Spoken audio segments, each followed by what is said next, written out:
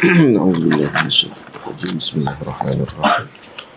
الحمد لله رب العالمين الرحمن الرحيم مالك يوم الدين إياك نعبد وإياك نستعين اهدنا الصراط المستقيم صراط الذين أنعمت عليهم غير المغضوب عليهم ولا الضالين. الحمد لله رب العالمين والصلاة والسلام على أشرف المرسلين سيدنا ونبينا محمد بن عبد الله رسول الأمين وعلى آله وأصحابه ومن تبعهم بإحسان إلى يوم الدين. أما بعد. Bicaraan kita pada hari ini berkenaan dengan tahir. Berkenaan dengan tahir. Karena dalam matan Al-Imam Abi Syuja' rahimahullahu ta'ala menyebutkan al-qismu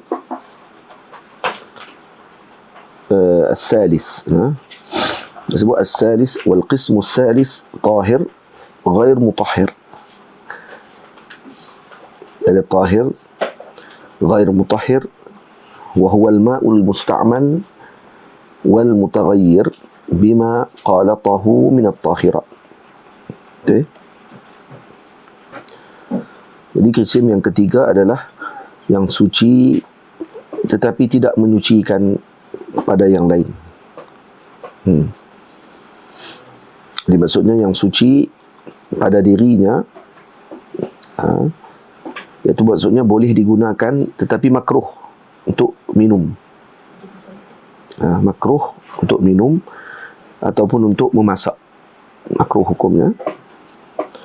Dan dia tidak menyucikan yang lain, terbahagi kepada dua bahagian.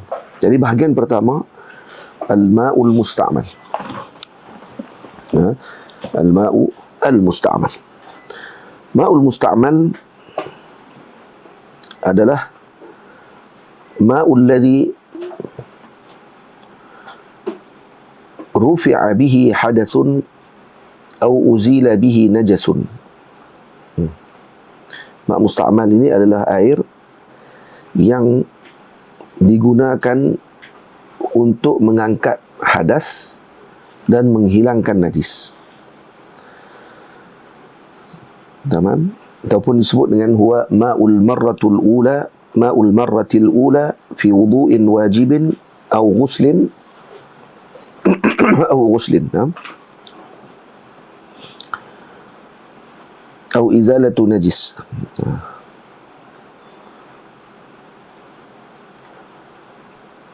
Jadi kalau ringkasnya kita sebut al-ma' alladhi rufi'a bihi hadathun atau uzila bihi najas. Itu ma'ul musta'mal.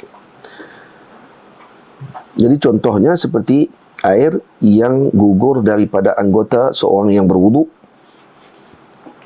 sebabkan kerana hadas.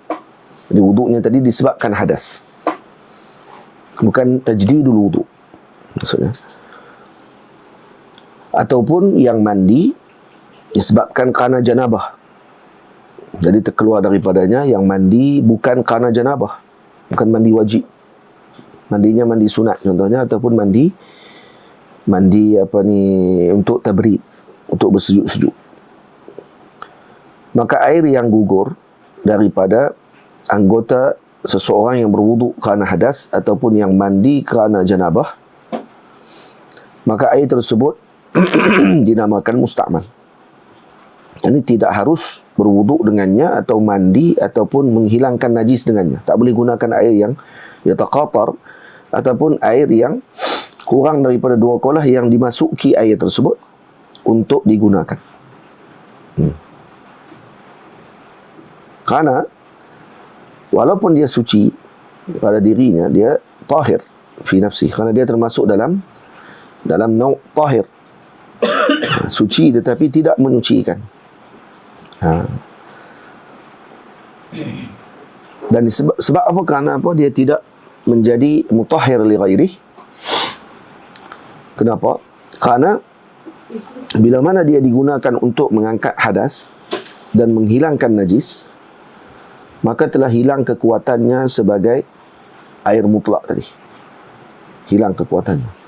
dan dia tidak lagi kembali menjadi salih ataupun boleh untuk digunakan bagi berwuduk, bagi mandi wajib, dan juga bagi menghilangkan najis. Manakala air tadi yang kita sebut tadi, air yang digunakan untuk mandi bersejuk-sejuk, air yang digunakan untuk bersuci ataupun tanzif, menyucikan sesuatu, nah, maka dia tidak dinamakan dengan musta'mal. Innama huwa tahur. Artinya air tadi air yang suci. Dan kalau digunakan sabun basuh contohnya, ayak kita basuh pinggan, dan kita tadah balik air tersebut dan tidak berlaku perubahan pada air tadi, contohnya pinggan dengan cawan kita tadi, tak ada sesuatu yang menyebabkan berlaku perubahan pada air, maka air tadi akan kekal sebagai air yang tahir, mutahhir.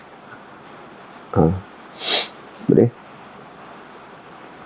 Tapi kalau dia berubah disebabkan dengan sabun, jadi ayak sabun, maka dia termasuk dalam kisim yang kedua, air ma' al-mutaghayyir bi tahir, air yang berlaku perubahan dengan sesuatu yang suci. Boleh. Baik. Jadi kalau digunakan air tadi untuk bersejuk-sejuk, mandi untuk sejuk-sejuk saja, ataupun untuk menyucikan, maka dia tidak jadi musta'mal. Karena musta'mal makna dari segi syarak adalah air yang digunakan alladhi rufi'a bihi hadasun atau uzila bihi najasun. Itu. Dan air yang digunakan untuk mandi-mandi ataupun digunakan untuk bersejuk, maka ianya tidak musta'mal, malah ianya tahur, suci dan menyucikan, mengangkat hadas, terangkat hadas dengannya, dan yuzilun najas, dan akan menghilangkan najis. Maka dia masih kekal dengan kekuatannya sebagai ma' tahur ataupun ma'ul mutlak tadi. Begitu juga air yang digunakan untuk taharah mustahabbah,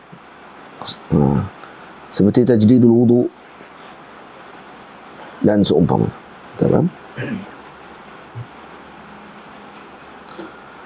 Dan tadi contoh air musta'mal apa dia? Au uzila bihi najas. Jadi contohnya sebagai contohnya seperti satu kalau berlaku contoh kepada makanan ini, contoh nazir bagi ma' musta'mal, bagi mengangkat hadas. Kalau gugur air kencing contohnya,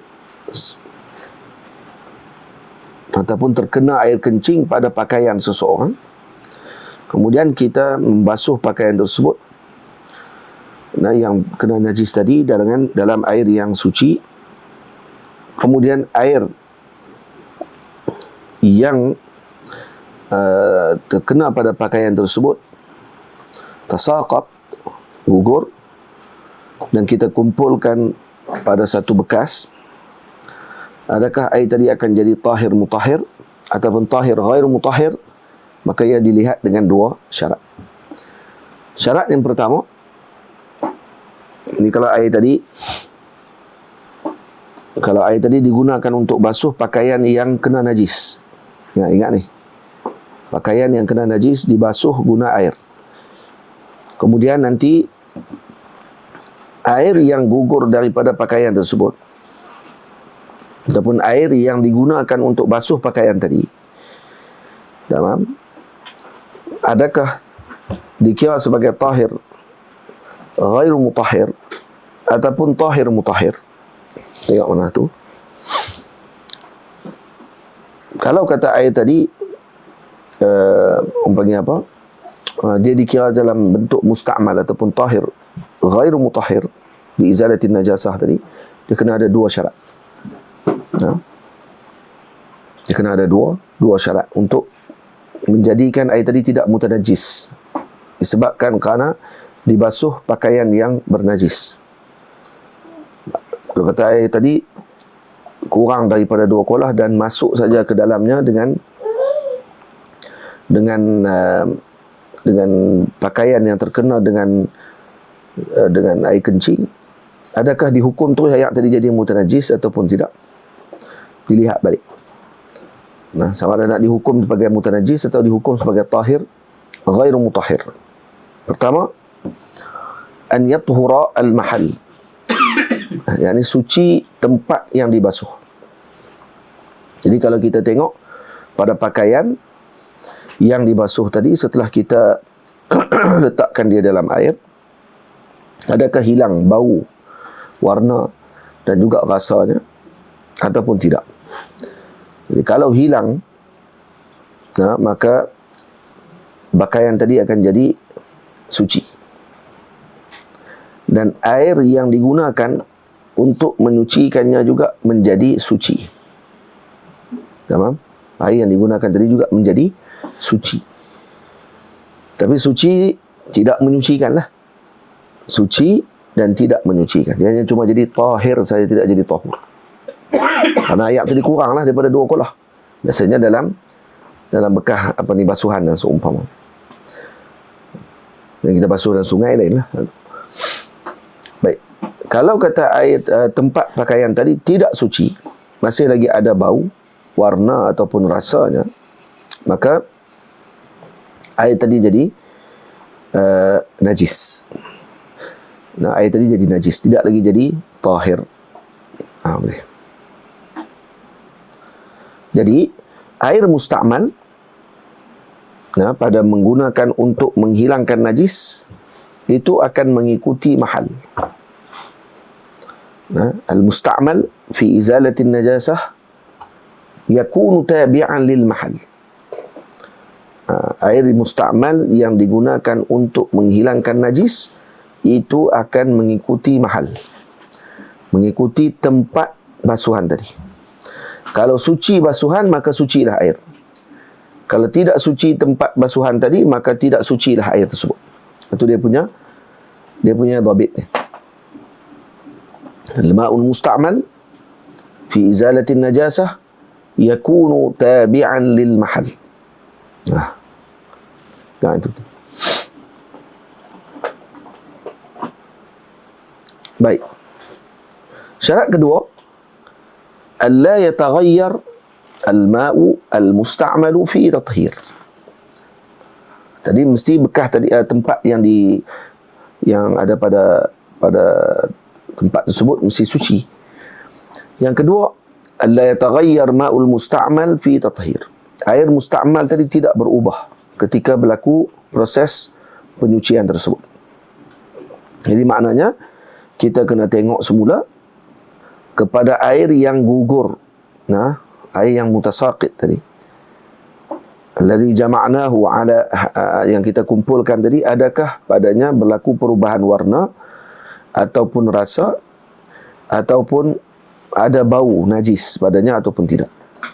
Kalau tidak dapati sesuatu pun daripada perkara itu, maka air tadi akan kekal suci, cuma tidak menyucikan. Dia suci tapi tidak menyucikan. Jadi ini, kalau kata kita dapati berlaku perubahan, maka air tadi akan jadi najis. Baik, kalau cukup 2 syarat ini, maka air musta'mal pada digunakan untuk menghilangkan najis, itu suci, tidak menyucikan, tahir, ghairu mutahhir. Jadi hal keadaannya adalah sama seperti hal keadaan air musta'mal yang digunakan untuk raf'ul hadath. Tak ada beza apa. Kalau cukup 2 syarat ni. Tapi kalau kata gugur syarat yang pertama, ini an yatuhur al-mahal, ataupun gugur syarat yang kedua, yakni yataghayyar al-ma' musta'mal, maksudnya berlaku perubahan, maka air tadi jadi najis. Boleh? Baik. Jadi kalau kata kita gunakan dengan mesin basuh, contohnya sekarang ni mesin basuh. Mesin basuh ketika kita orang panggil apa, kalau kata dengan hukum air contohnya, dia beza untuk menjadikan air tadi tidak mutanajis ala tul, secara terus jadi mutanajis, iaitu kita kena masukkan pakaian dahulu. Tidak boleh masukkan air terlebih dahulu. Ini bagi khusus kepada yang manual lah. Tapi kalau mesin basuh automatik, tak ada masalah. Mesin basuh automatik memang akan masuk pakaian dulu, kemudian air akan warid kepadanya. Air akan melalui di atasnya. Beza dengan mesin basuh yang manual. Mesin basuh manual boleh jadi orang tadi dia akan masukkan air dulu. Kemudian pakaian diletakkan di atas. Okay. Dia penuhkan air dulu dalam mesin basuh. Kemudian dia tuang pakaian dia. Dan mungkin pakaian tadi ada yang najis. Pakaian yang najis tadi menyebabkan air yang terkena dengannya akan jadi mutanajis semuanya. Jadi ia akan menyebabkan semua pakaian tadi akan menjadi mutanajis. Ini habis terus ni. Yang ni tak ada perbincangan dah dengan air mak musta'mal. Mak musta'mal kena air tadi warid di atasnya. Ini mungkin dalam matan tidak disebutkan. Mesti air tadi warid. Air tadi dituang di atasnya. Dan tidak disyaratkan air yang dituang tadi mesti 2 kolah. Cukup melalui air tadi. Dan kemudian baru dilihat balik. Setelah air tadi warid, di atas maurud, di atas pakaian, baru dilihat semula 2 syarat tadi. Adakah tempat yang dituang dengan air tadi suci? Dan adakah berlaku perubahan kepada air yang baki? Boleh? Adakah tempat yang dituang dengan air tadi suci?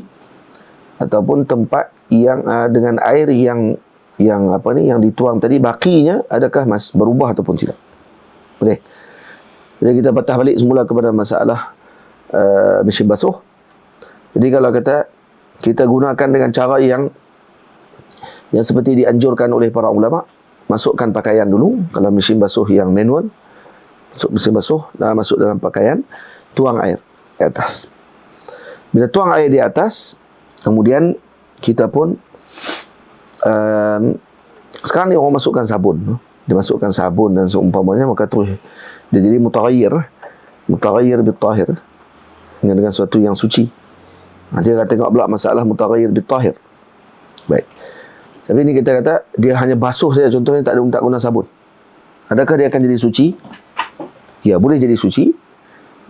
Bila mana kita angkat pakaian tadi, kita tengok tempat yang najis tadi ni telah hilang ataupun tidak. Ni kalau dibasuh tidak guna sabun. Masuk. Kemudian kita pun pulah dia punya, orang panggil apa tu? Dia panggil apa tu? Spin dia panggil apa?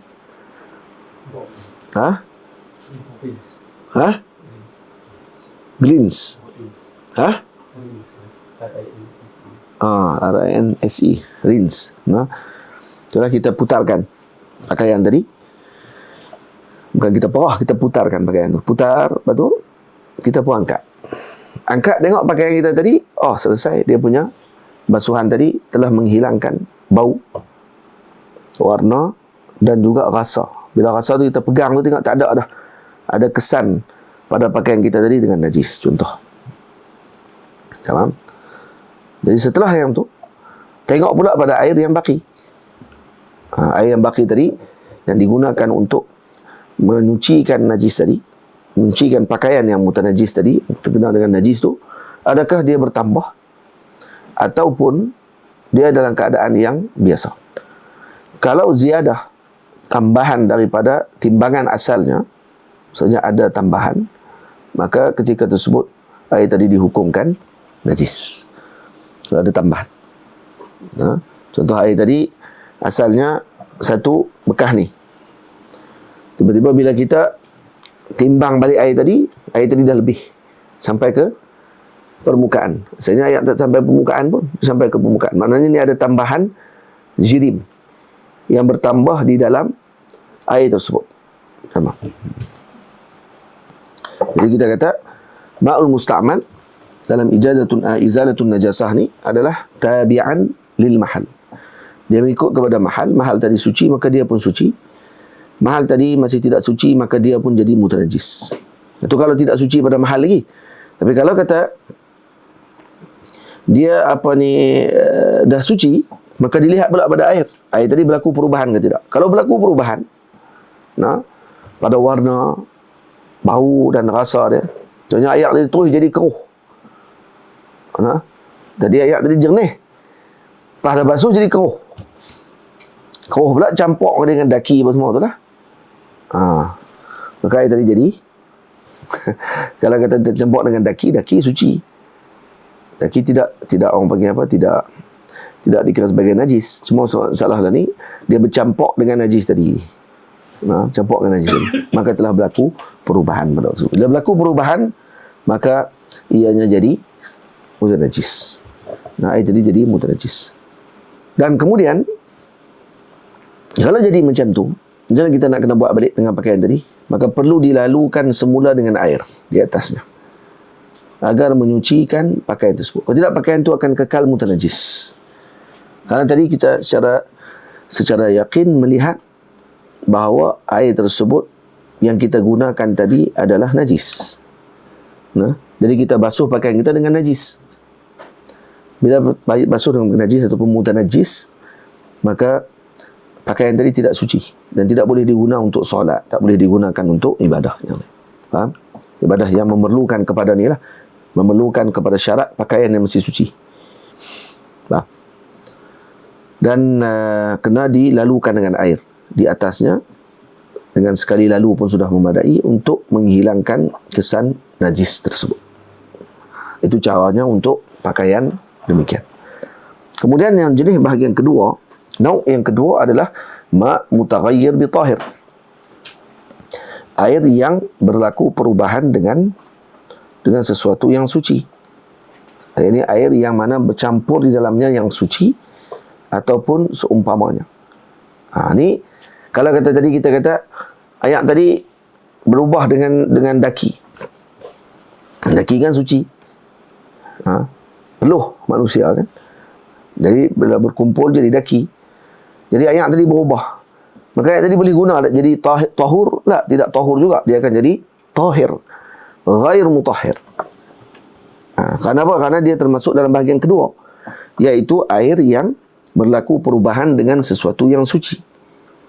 Ini bercampur dengan sesuatu yang suci dan mengubah air tersebut dengan perubahan yang banyak sehingga tidak nampak lagi air. Jadi keruh.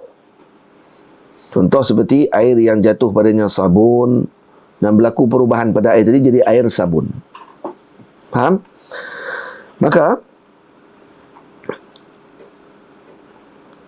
kita ada beberapa jenis air. Ada air tahur, tamam, yang bercampur dengan maddah tahirah, dengan sesuatu elemen yang suci, iaitu sabun.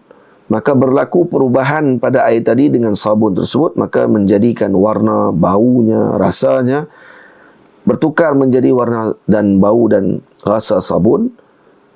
Maka air tadi tidak lagi kekal dengan sifat aslinya yang tahur, iaitu suci dan menyucikan, menjadikan air tadi apa? Apa ni Hafiz? Tahir. Ya, tabun ni. Ya. Tahir. Tahir ghair apa? Ghair mutahhir. Jadi dia berpindah dengan sebab sabun tadi daripada tahuriyahnya kepada tahiriyah. Daripada tahuriyah kepada tahiriyah. Dan dia tidak lagi sesuai ataupun tidak lagi boleh digunakan untuk berapa? Berwuduk ataupun bersuci. Jadi contoh yang lain bagi air sabun apa dia lagi? Benda-benda yang suci. Contohnya air bunga. Contohnya air cuka. Contohnya seperti syai. Syai termasuk. Qahwah, kopi. Halib, asir. Dan disyaratkan yang berlaku perubahan dengan yang berlaku perubahan tadi dikira sebagai tahir. Ada dua syarat.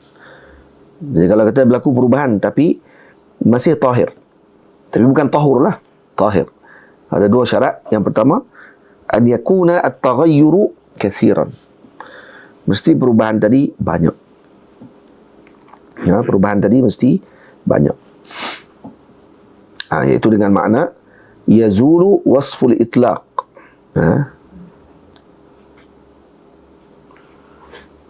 Minal ma' bihaitsu man ra'ahu la yusammihi ma'an. Jadi akan hilang jika yazul wasfal itlaq, akan hilang wasfal itlaq bentuk itlak pada air tersebut. Sehingga kalau orang tengok, orang tak panggil itu air lagi. Contoh tadi macam basuhan tadi lah. Basuhan tadi jadi air sabun. Kalau campur dengan sabun jadi air sabun. Ataupun jadi air bunga. Ataupun jadi air apa ni, cuka. Ataupun jadi air peluh. Air apa ni, daki tu. Boleh jadi. Baik. Yang kedua, syarat dia pada an yakuna taghayyur bil muqalatah. Syarat kedua, an yakuna taghayyur bil muqalatah, iaitu perubahan tadi berlaku dengan muqalatah, dengan percampuran. Campuran tadi dengan makna apa? Apa makna muqalatah? La yatamayyaz, la yatamayyaz atau la yutamayyazu, la yutamayyazu at-tahiru 'anil ma' bil 'ainil basirah. Dan tidak berlaku, tidak boleh untuk dibezakan yang suci tadi daripada air dengan pandangan mata yang kasar. Pandangan mata kasar kita tak mampu untuk bezakan. Itu dipanggil muqalatah, dia panggil. Jadi kalau kata berlaku perubahan tadi dengan muqalatah. Kalau muqalatah contoh seperti apa? Seperti kopi. Muqalatah. Ataupun sabun. Sabun ketika jatuh dalam air contohnya, boleh kita nampak depan mata kita, dan kita tidak boleh beza mana satu sabun, mana satu air, sebabkan kerana dah bercampur. Dan hatta kalau kita buang dia punya orang panggil apa, buih dia sekalipun, tu hanya buih tadi hanya sebagai alamat sabun tadi, dan nau' minas sabun tadi yang telah ya'lu, telah naik ke atas, sebabkan kerana maddah dia tadi mungkin ringan, menyebabkan jadi berbola angin. Jadi kita buang yang tu, tetap dalam dia masih lagi ada sabun. Artinya kalau kita basuh lagi, dia akan naik lagi pula. Faham tak? Jadi bila bercampur dulu kita boleh nak beza dah, maka dipanggil muqalatah. Muqalatah ni maksudnya apa dia? Air tadi hilang sifatnya, dan kita tidak boleh membezakan antara yang suci dengan yang apa ni, perkara suci yang bercampur dengan air yang mutlak tadi. Maka menghilangkan sifat mutlaknya air tersebut. Boleh. Tapi kalau kata dia tidak muqalatah, cuma dia mujawarah contohnya, maka dia masih kekal sebagai air yang suci dan menyucikan. Walaupun berlaku perubahan yang banyak. Jadi mujawarah maksudnya an yatamayyaza, an yutamayyaza at-tahiru 'anil ma'i bil 'ainil basirah. Maksudnya boleh kita melihat perbezaan yang suci daripada air dengan mata kepala kita. Contoh air yang jatuh padanya kayu contohnya. Tapi dengan syarat tidak berlaku apa? Falau baqiyat qashabah, fil ma' tadi fatrah tawilah, panjang masanya ada kayu tadi, ataupun dengan tadi apa ni contoh kita bagi sebelum ni dengan buluh direndam dalam air, maka dia ada nau' minal mujawarah.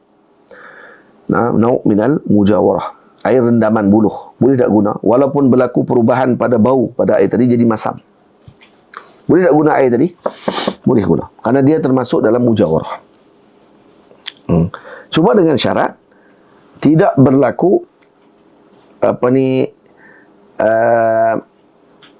mempanggil apa, sesuatu yang menggugurkan daripada ataupun yang hancur daripada pokok daun kayu tadi, jadi hancur dan kemudian bercampur dengan air. Itu jadi muqalatah nanti. Tapi kalau kata tidak berlaku demikian, kekal kayu tadi macam biasa, maka ia dinamakan dengan mujawarah. Sama.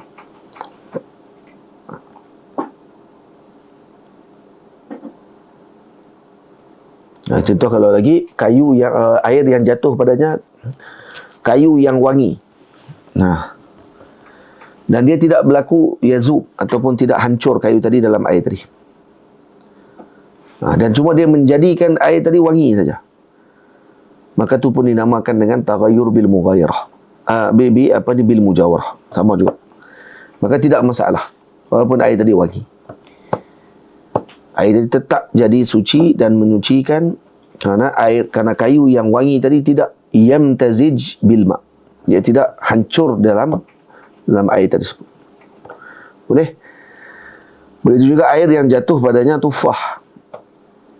Jatuh padanya apple ataupun buah-buahan yang lain, dan dia tidak berpisah sikit pun buah tadi, maka air tadi tidak juga dikira sebagai asir. Tak kira asir lagi lah. Sebab apa? Sebab dia baru jatuh buah sebiji. Baik, berlaku perubahan pada air itu, tidak berlaku perubahan apa-apa. Tamam. Cuma bau dia saja mungkin bau. Cuma bila kita angkat buah tadi, tak ada yang gugur buah tadi. Tak ada yang hancur dia punya isi dia. Tak. Maka dipanggil mujawarah. Jadi kena tengok balik dengan syaratnya. Boleh? Dan itu juga air yang jatuh padanya, contoh yang jatuh minyak. Walaupun minyak tadi, minyak yang mengalir ni minyak tak bercampur dengan air kan. Kerana madah dia berbeza. Dia punya kemampatan dia berbeza, menyebabkan air tidak akan menyerap masuk ke dalam minyak. Minyak tidak akan menyerap masuk ke dalam air. Dia akan jadi ya'lu, duduk di atas. Walaupun kita kacau pun, dia masuk tapi dia tidak akan menyerap. Dia akan kembali ke atas balik. Maka boleh tak berwuduk dengan air demikian? Boleh, tidak ada masalah. Kerana dia masih lagi tahur. Dia tidak bercampur. Kerana dia masih dipanggil mujawarah. Faham? Ini kena faham bagi lebih luas sikit masalah mujawarah ni. Takut nanti masalah-masalah yang mendatang, maka kita tak boleh nak bezakan. Dia ingat mujawarah ni, dia ambil ayat pen, dia pitakkan tu. Ni baru mujawarah, dia kata. Ambil kayu sugi tak layak. Ni baru mujawarah, angkat. Tak ada. Boleh diasingkan. Itu salah satu daripada dhabit bagi mujawarah, dia boleh diasingkan. Dia boleh diasingkan. Tapi beza dengan mukhalatah. Mukhalatah tidak boleh diasingkan.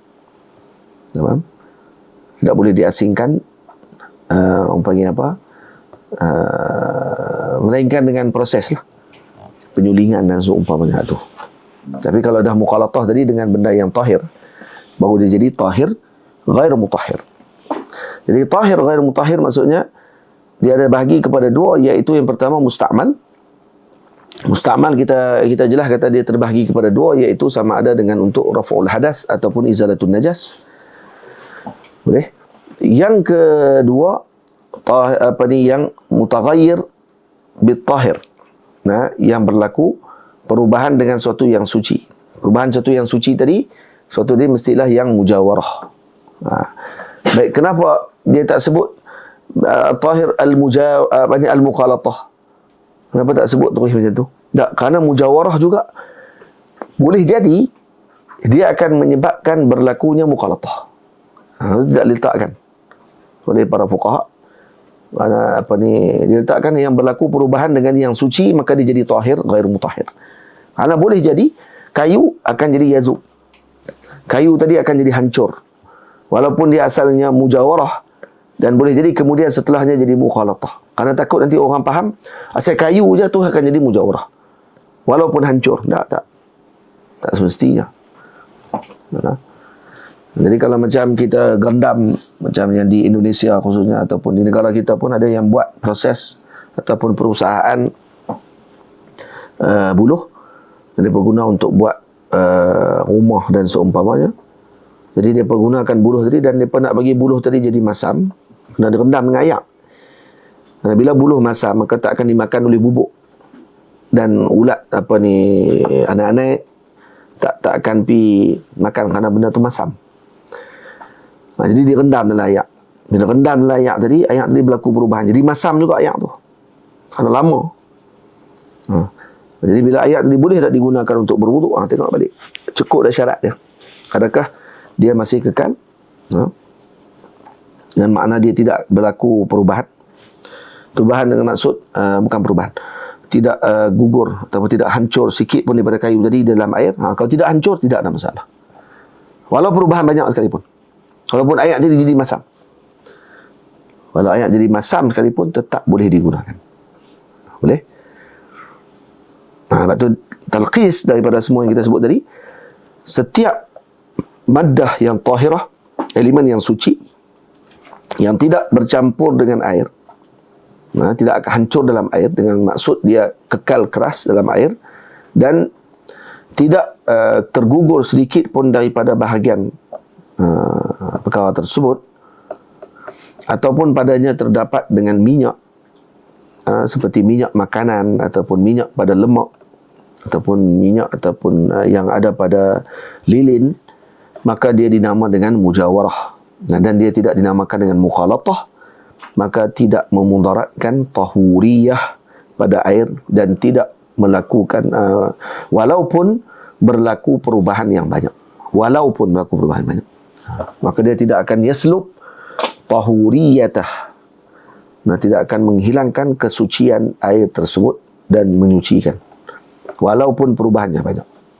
Walaupun nampak air tadi jadi kuning lah, walaupun air tadi kalau kita angkat kayu tadi dari hijau air tadi dan baunya pula masam, boleh tak guna untuk wuduk? Boleh. Lagi mana tidak hancur dan tidak gugur sikit pun daripada kayu tadi. Boleh faham? Wa sallallahu ala sayyidina Muhammad wa ala alihi wa sahbihi ajma'in walhamdulillahi rabbil alamin.